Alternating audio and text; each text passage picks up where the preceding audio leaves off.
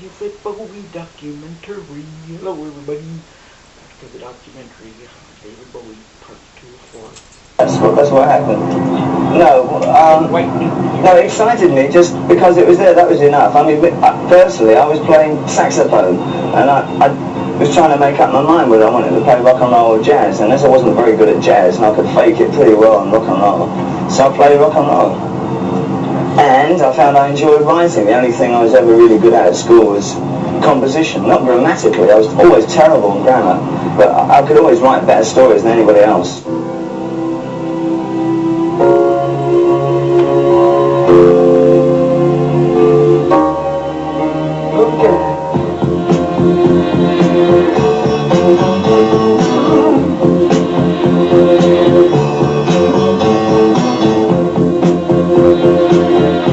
Still don't know what I was waiting for, and my time was running wild in the dead streets, and every time I thought I got it made, it seemed the taste was not so sweet. So I turned myself to face me, but I've never caught a glimpse how the others must see the fake of nurse. I'm much too fast to take that test. To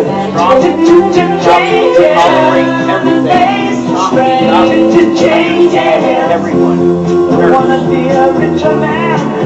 To change face the strain. To change it's gonna have to be a different man. Now may change me, but I can't wait.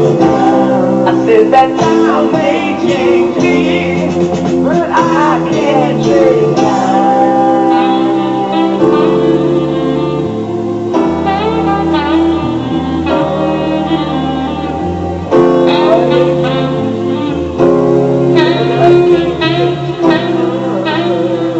I think we all feel the same way, don't we? I mean, Yeah. it's pretty... Music in general is an important part of all our lives. Yeah, exactly. We're big rock fans. And Bowie we thought was the best. God.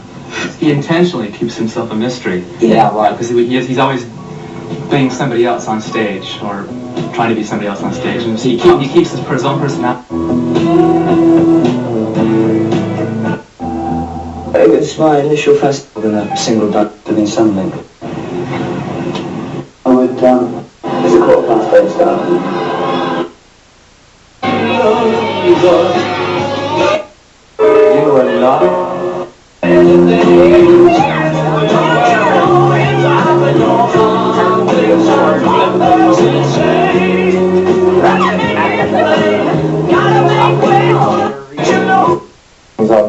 How did you feel about it? Well, a lot of it came out starting off like that, but over the last year or so it's changing, and in as much that they're finding out things maybe nothing to do with me, but the idea of finding another character within themselves. I mean, if I'm so responsible for people finding more characters in themselves than they originally thought they had, then I'm pleased, because that's something I feel very strongly about, that one isn't totally what one has been conditioned to think one is.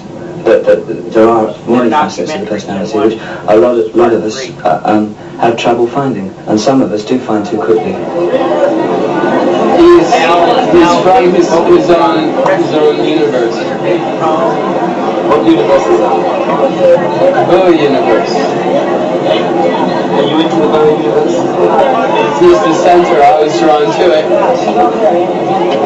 How were you drawn to it? I'm from Phoenix, and I just...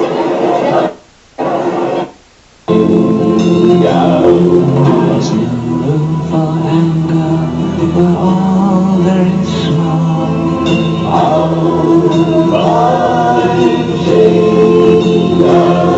We're painting our faces and dressing in thoughts from the skies, from paradise. But they think that we're holding a secret ball. Want someone like them, they're just taller children.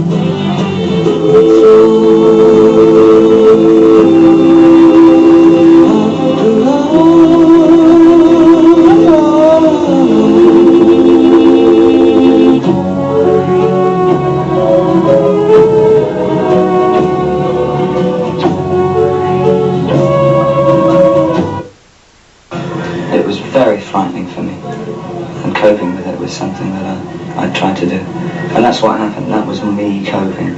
Some of those albums were me coping, taking it all very seriously, and I was.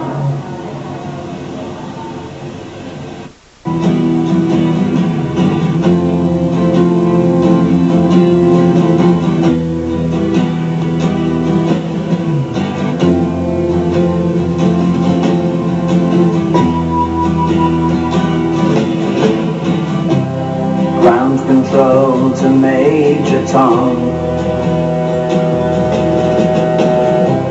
Ground control to Major Tom. Take your protein pills and put your helmet on. Ground control to Major Tom. 7 commencing countdown, engines on. 3, 2, check ignition, and may God's love be with you.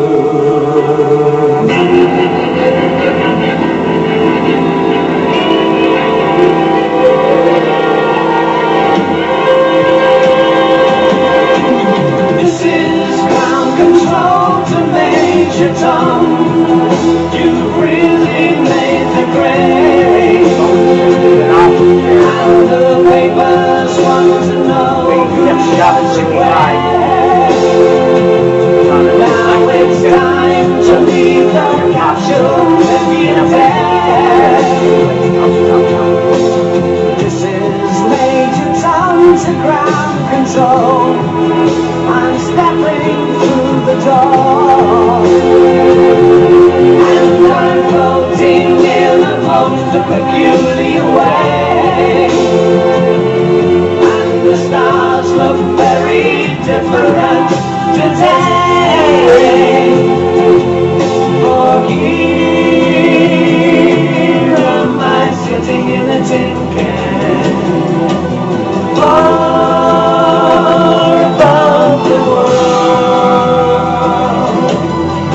Planet Earth is blue, and there's nothing I can do.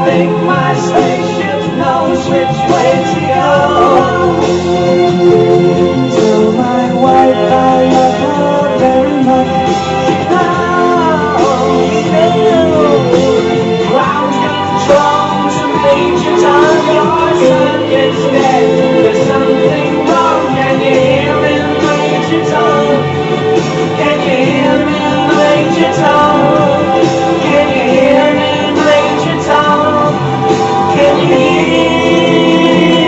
hear my voice?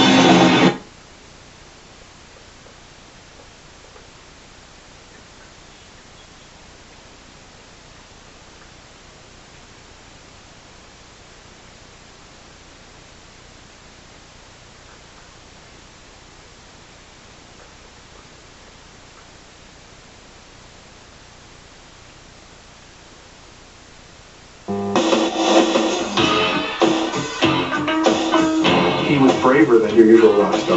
Was he a girl? Was he a boy? What was he thinking? Nobody has ever broken the rules as he has. David Bowie's unique talent made him an icon.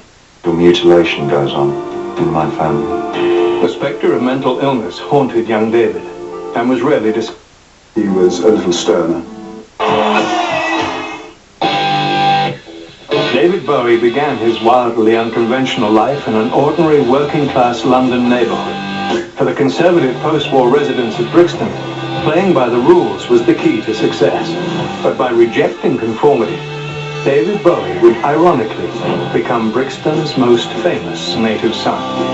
I'm sick of playing guitar.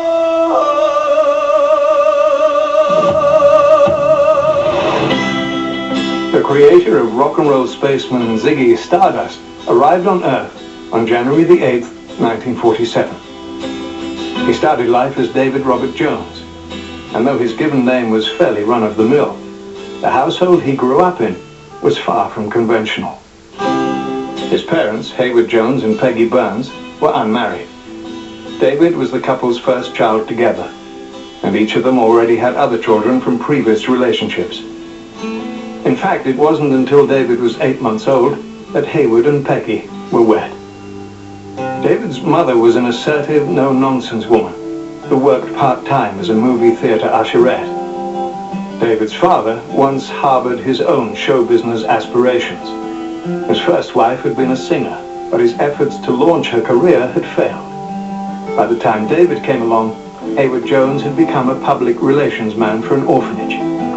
His father was a small, quiet, quite studious man, very gentle, very sweet. I never heard him raise his voice. Almost effeminate looks and sexually suggestive lyrics made him more outlandish and more subversive than any of his contemporaries. Young David Jones found the combination both fascinating and inspiring.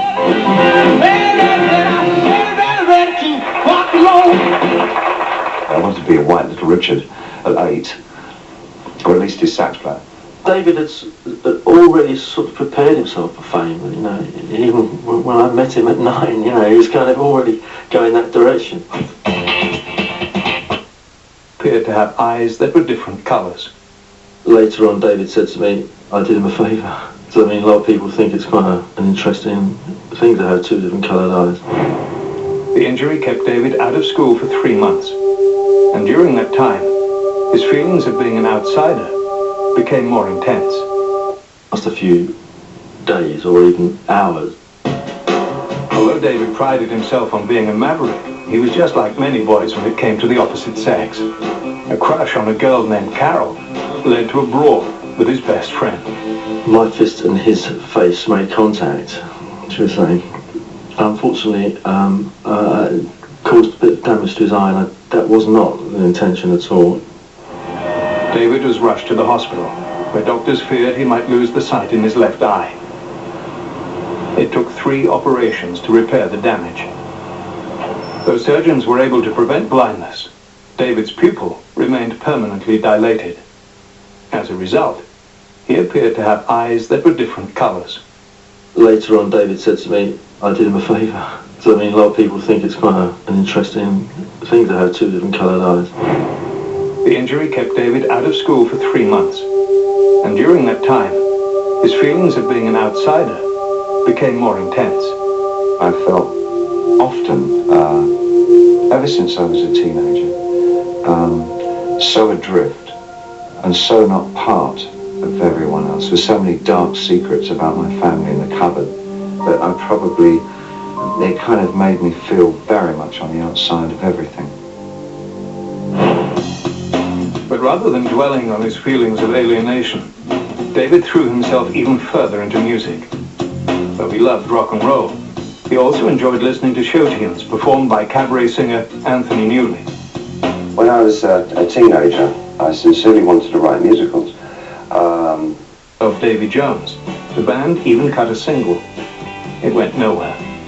When the King Bees broke up soon after, George Underwood set his sights on becoming a graphic artist. But David was devastated by the split. He said, it's all right for you. The Comrades covered pop tunes. Ray singer Anthony Newley. When I was a teenager, I sincerely wanted to write musicals for the West End and for Broadway. The music was David's greatest passion. He also loved clothes. And the more outrageous, the better. I would be a mod walking around Bromley in my mod clothes, and he would be an arty type walking around in his art school type clothes with his art school chums. We used to walk around Bromley, trying to pull in as many birds as we could, thinking that we were God's gift, talking about being famous. By 1962, a new group called the Beatles was creating waves in Britain, and 15-year-old David set out to make some noise of his own. That summer, the budding rocker began testing his talent in a series of bands. His first, the Comrades, covered pop tunes, and lasted about a year. He and friend George Underwood next formed an R&B group, the King Bees. With David now calling himself Davy Jones, the band even cut a single. It went nowhere. When the King Bees broke up soon after, George Underwood set his sights on becoming a graphic artist. But David was devastated by the split. He said, it's all right for you, you've got your art. For me, this is my life. I know what he meant. It's like sort of, he committed himself and he's got to go, there's no turning back. With the Beatles' invasion of America and the growing popularity of Britain's newest sensation, the Rolling Stones, David was even more determined to find fame as a musician. His next band was the Manish Boys, and he had a plan to make sure people heard more from the group than just their music. The rebellion of the long hairs is getting underway. A 17-year-old Davy Jones has just founded the Society for the Prevention of Cruelty to Long-Haired Men. Well, I think we're all fairly tolerant, but for the last 2 years we've had comments like darling and can I carry a handbag thrown at us. I think it's just had to stop now. The media hype helped the Manish Boys land several respectable gigs, but eventually they too broke up. In 1965, still calling himself Davy Jones, the singer joined his fourth rock band, the Lower Third. But at the time, there was another Davy Jones on the music scene. In order to avoid confusion with a future Monkees member, David looked to American history in his search for a new, sharper-edged surname. He saw this character, Jim Bowie, with a Bowie knife, and that name stuck in his head. In September of 1965, at the age of 18, David Bowie was born. But it would be years before the singer would find the fame he craved. The kind of fame that young men from Bromley could never, ever dream of.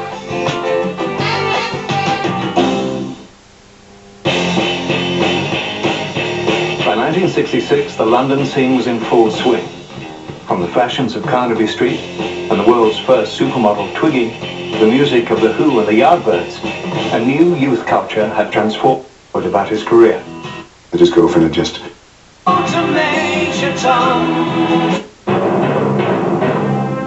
A few months earlier, he'd seen the futuristic adventure 2001, A Space Odyssey, and had been inspired to write and record a song called Space Oddity. The tune was the tale of an astronaut named Major Tom, who is lost in space. The single was released in July of 1969, just days before the first manned moon landing. Ground control to Major Tom. 6, commencing countdown, engines on. 2, check ignition, and may God's love be with you.